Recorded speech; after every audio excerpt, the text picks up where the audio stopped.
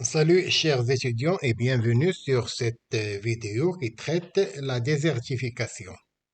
Le terme de désertification est souvent associé à l'avancée du désert et à l'ensablement dont les dunes de sable envahissent lentement et inexorablement les régions fertiles proches. Cette vue n'est qu'un aspect de la désertification réelle, qui est plus globale et qui s'attaque à l'heure actuelle à des zones semi-arides ou même subhumides sèches qui souffrent d'un déficit aggravé de précipitations. De plus en plus de zones dans le monde sont touchées par le phénomène inquiétant de la désertification. Des zones qui étaient autrefois protégées connaissent une accentuation forte de la désertification. Et cette croissance répond toujours plus aux besoins des nouvelles populations qui aspirent avec raison à une vie meilleure selon les standards édictés par les pays riches et qui exercent une pression de plus en plus forte sur les ressources naturelles que sont l'eau, les pâturages, les forêts et le sol. Cette croissance des zones désertifiées risque de continuer à faire peser sur l'environnement naturel une pression de moins en moins supportable. Cette dégradation d'origine anthropique de la végétation, combinée avec le feu qui ravage annuellement des milliers d'hectares de forêt, accentue la dénudation des sols, qui, sans la protection de la végétation, se trouvent livrés à l'agressivité des précipitations et à la brûlure du soleil, qui se dégradent inexorablement et conduisant à des conditions où il y a une réduction significative ou une disparition complète de la productivité biologique. Quelques définitions de la désertification. La désertification est un processus de dégradation des sols dans les zones arides, semi-arides et subhumides sèches, conduisant à des conditions où il y a une réduction significative ou une disparition complète de la productivité biologique. C'est un phénomène qui a pour origine les changements climatiques et ou des conséquences d'activités humaines.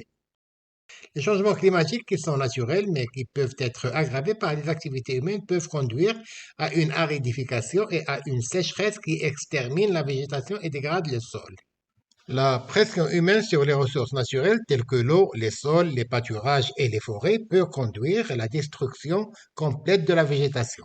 Le sol devient dénudé de sa protection végétale et il est livré aux agents météoriques qui l'érodent et le dégradent, conduisant à la désertification. La désertification est une catastrophe naturelle et ou anthropique de long terme. Ses effets sont souvent confondus avec ceux des sécheresses avec lesquelles elle interagit. Elle affecte l'environnement local et le mode de vie des populations, mais ses effets ont des retentissements plus globaux. Les gaz à effet de serre. L'atmosphère absorbe de la chaleur à partir des différentes origines, du Soleil, de la Terre. Elle renvoie une partie dans l'espace. L'effet de serre de certains gaz lui permet de garder une partie de la chaleur et de maintenir sa température à une moyenne de 15 degrés Celsius. L'effet de serre s'oppose au refroidissement de la surface de la Terre. Sans effet de serre naturel, la température à la surface de la Terre serait de moins 18 degrés Celsius. Les principaux gaz qui ont un effet de serre sont le dioxyde de carbone CO2, le méthane CH4, le protoxyde d'azote, les gaz fluorés et la vapeur d'eau. Le réchauffement de la planète. Les activités humaines telles que l'utilisation de combustibles fossiles, l'exploitation des forêts tropicales et l'élevage du bétail accroissent la concentration de certains d'entre eux de gaz à effet de serre dans l'atmosphère, renforçant ainsi l'effet de serre et le réchauffement de la planète. Le CO2 est le gaz le plus produit par les activités humaines. Il est responsable de 63% du réchauffement de la planète causé par l'homme. Le méthane est responsable de 19% du réchauffement de la planète causé par l'homme, tandis que cette proportion s'élève à 6% pour le protoxyde d'azote. Les causes de la hausse des émissions de gaz à effet de serre. La combustion du charbon, du pétrole et du gaz produit du dioxyde de carbone et du protoxyde d'azote, la disparition des forêts ou la déforestation. Les arbres régulent le climat en absorbant le CO2 de l'atmosphère. Lorsqu'ils sont abattus, cet effet positif est perdu. Et le carbone stocké dans les arbres est libéré dans l'atmosphère, aggravant l'effet de serre. L'augmentation de l'élevage, les bovins et les ovins produisent de grandes quantités de méthane lorsqu'ils digèrent leur nourriture. Les engrais azotés produisent des émissions de protoxyde d'azote. Les gaz fluorés ont un effet de réchauffement jusqu'à 23 000 fois supérieur à celui du CO2. Heureusement, ils sont libérés en plus petite quantité, mais ils le deviennent de plus en plus grande quantité par l'industrialisation. Les conséquences.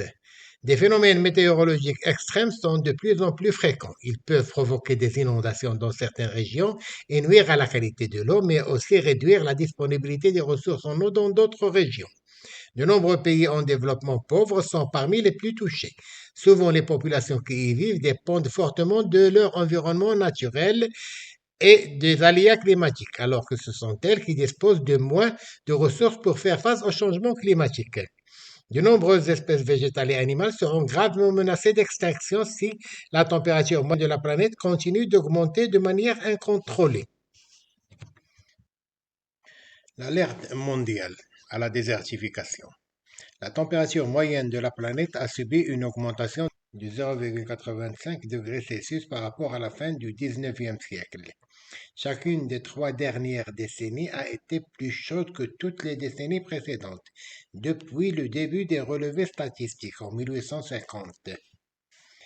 Les plus grands climatologues mondiaux considèrent qu'une augmentation de 2 degrés Celsius par rapport à la température de la période pré-industrielle est le seuil au-delà duquel le risque d'assister à des changements climatiques dangereux, voire catastrophiques, est beaucoup plus élevé. Pour cette raison, la communauté internationale a reconnu la nécessité de maintenir le réchauffement de la planète en dessous de 2 degrés Celsius. Alors, les politiques. On a commencé à parler de la désertification ou bien de la dégradation des environnements depuis les années 60 et les années 70, mais ce n'est qu'en 1990 que la désertification par les changements climatiques a été jugée assez inquiétante pour que l'ONU, au premier sommet de la Terre de Rio en juin 1992, ait jugé utile de proposer une convention mondiale sur la lutte contre la désertification, la Convention cadre des Nations Unies sur les changements climatiques, qui incite et exige des pays touchés par la désertification à mobiliser toute l'énergie disponible au niveau national ou à travers la coopération internationale à lancer des programmes de lutte et de restauration des terres dégradées. Mais faute d'entente des élus sur son contenu, elle est devenue une déclaration d'intention. Après 1992 et après plusieurs réunions qu'on a appelées par la suite COP 1, COP 2, COP 3, et ainsi de suite, l'année prochaine, en 2021, se tiendra la COP 26. Deux dates retiennent l'attention, en 1997 avec la COP 3 à Kyoto au Japon, où un protocole pour la lutte contre le réchauffement climatique de la planète a été adopté, qu'on a appelé le protocole de Kyoto. Mais les grands pays n'ont pas tenu leurs engagements. En 2015, la COP 21 à Paris, un accord a été adopté.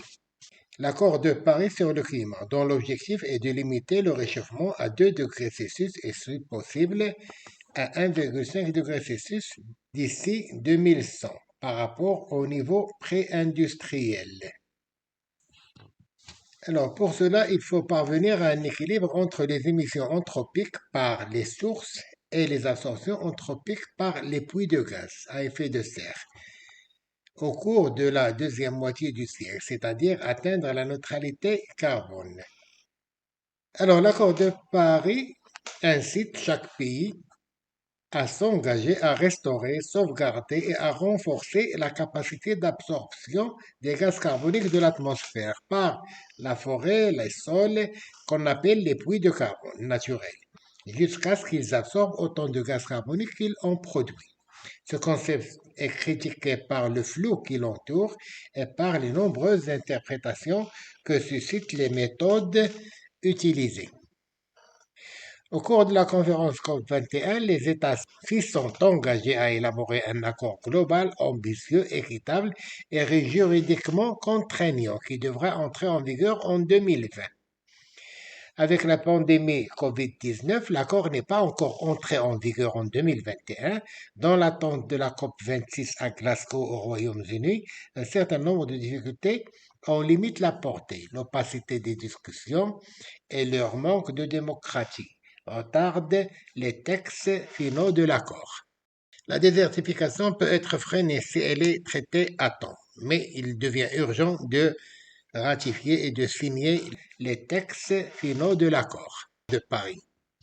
La désertification, si elle est traitée à temps, n'a rien d'irréversible. La plupart du temps, elle est due à des pratiques agricoles inadaptées, au surpâturage, à la déforestation et à l'érosion des sols.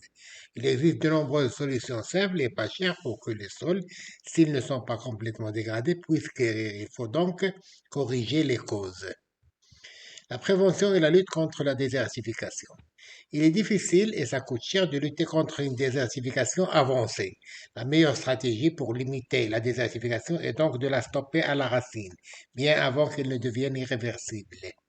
Les principaux moyens de prévention sont la mise en place d'une agriculture durable en plantant des espèces adaptées et qui n'épuisent pas le sol, une bonne irrigation des terres et la sauvegarde des forêts. La restauration du sol, il est nécessaire de restaurer le sol appauvri pour lui rendre les qualités nutritives nécessaires au développement de la végétation. Il faudra le fertiliser généreusement en utilisant le fumier du bétail.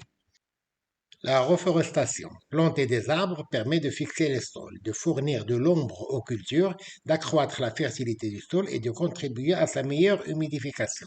C'est un outil efficace de lutte contre la désertification. Combattre le vent. Le vent est l'un des principaux acteurs de la désertification. En déplaçant le sable toujours plus loin dans les terres, pour stopper l'avancée du sable, le mieux est d'installer des brises-vents naturelles, comme des rangées d'arbres, et de fixer les dunes à l'aide de palissades, le temps que la végétation se développe et les fixe à son tour. Lutter contre l'érosion. Utiliser tous les moyens de lutte contre l'érosion des sols que nous avons vus dans le chapitre sur le risque de l'érosion hydrique des sols. La désertification au Maroc. Le Maroc est l'un des pays d'Afrique les plus touchés par la désertification. 93% de la superficie du territoire national sont touchés à des degrés différents. 87% ont atteint un état critique et grave de désertification. Les régions du sud et de l'est marocain se trouvent actuellement dans une situation grave de désertification qui a entraîné une perte importante de terres agricoles. Les provinces au sud des Atlas sont presque complètement désertifiées, où la désertification a atteint le stade ultime, où les dunes de sable et les surfaces rocailleuses couvrent 99%. Une autre partie est partiellement touchée, les terres agricoles et pastorales dans les zones arides, semi-arides des plaines occidentales et des plateaux orientaux. Une troisième partie est sérieusement menacée, zone subhumide en bordure des montagnes du Rif et du Moyen et du Haut-Atlas. Même dans les régions humides de l'Atlas et du Rif qui couvrent les 7% restants de la superficie qui ne sont pas concernés par la Convention des Nations Unies sur la lutte contre la désertification, les terres sont partiellement dégradées. Les mêmes causes qu'à l'échelle mondiale sont à l'origine de l'apparition de ce phénomène. Ce sont l'aridité du climat, les zones arides, semi-arides et désertiques, la variabilité annuelle et interannuelle, des précipitations, les sécheresses observées durant les dernières décennies, la diminution progressive des quantités de précipitations liées au réchauffement climatique, à l'effet de serre, etc. La fragilité et l'utilisation inadaptée des sols, la dégradation du couvert végétal, la forte croissance démographique entraînant une augmentation de nouvelles terres de culture et de parcours des pâturages, la consommation de bois, 10 millions de mètres cubes de bois sont prélevés chaque année alors que n'en reconstituent que 3 millions de mètres cubes, l'accélération de l'érosion et la diminution de la productivité des sols, et enfin l'impact des infrastructures sociales et économiques mises en place, l'urbanisation, les routes, les canaux agricoles et autres barrages et digues, etc.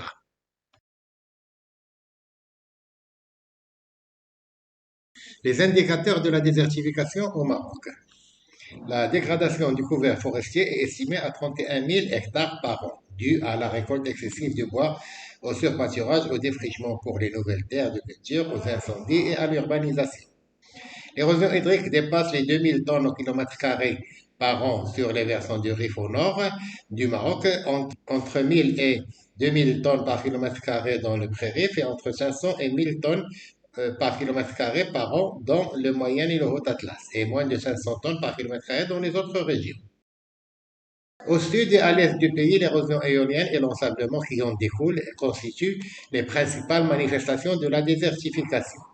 En plus de la perte de fertilité des sols, les infrastructures hydro-agricoles et routières ainsi que les agglomérations sont sérieusement menacées par ce fléau.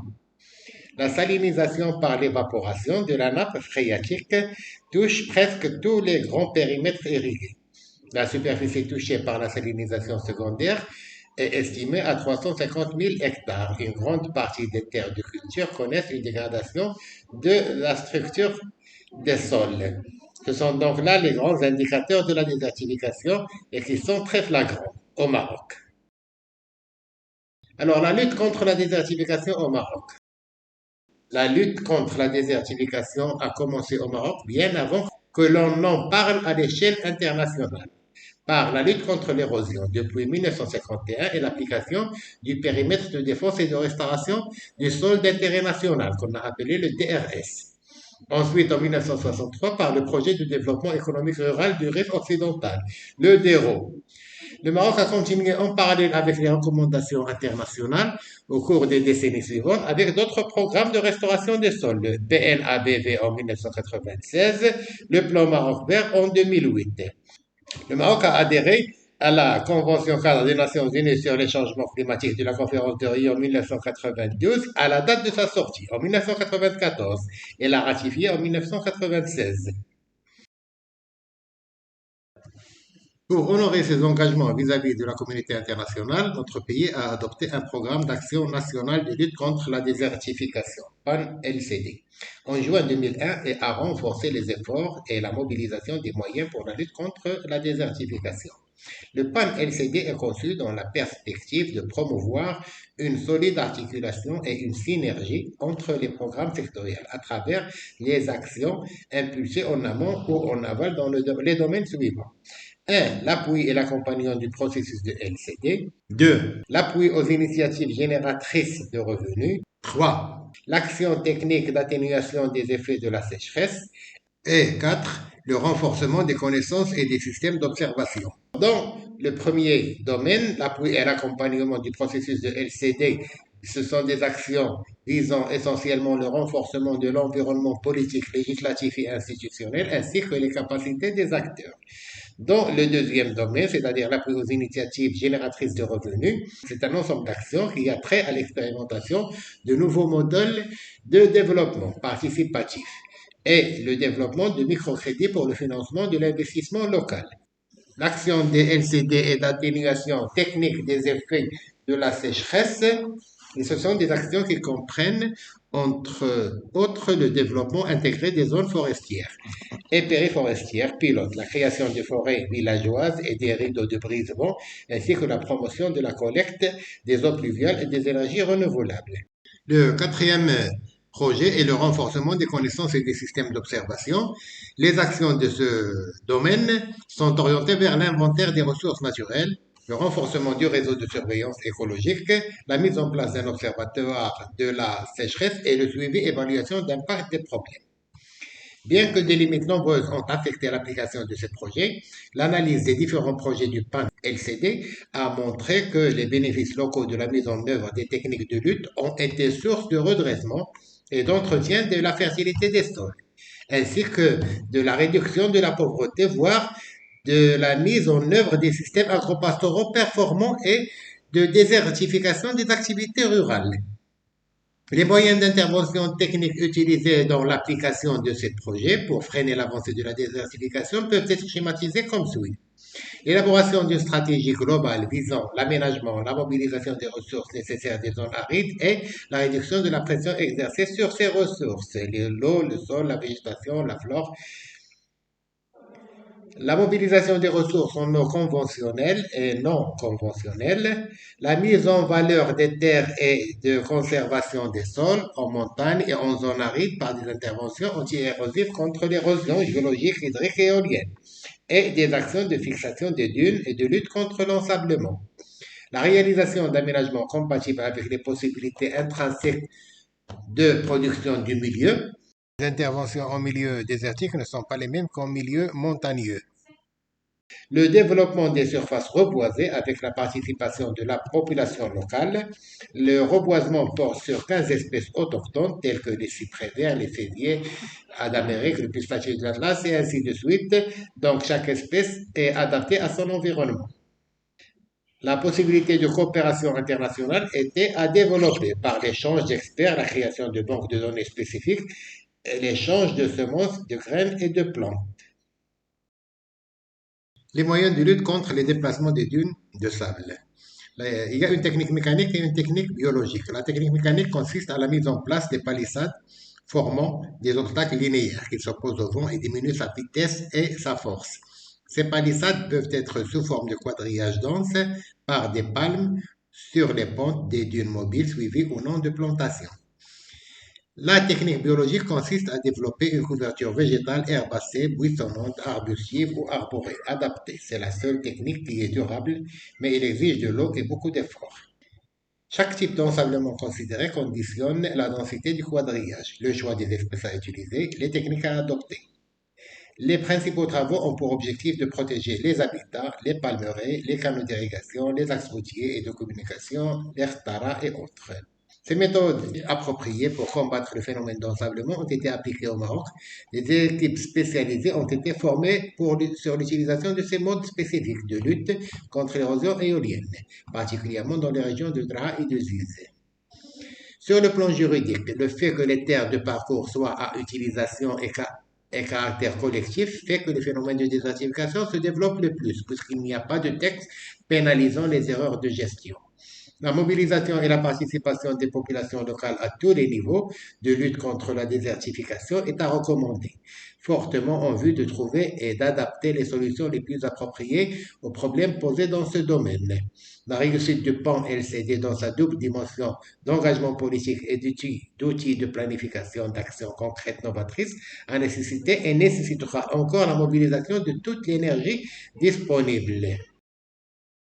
La terre est source de vie pour les végétaux, les hommes et les animaux.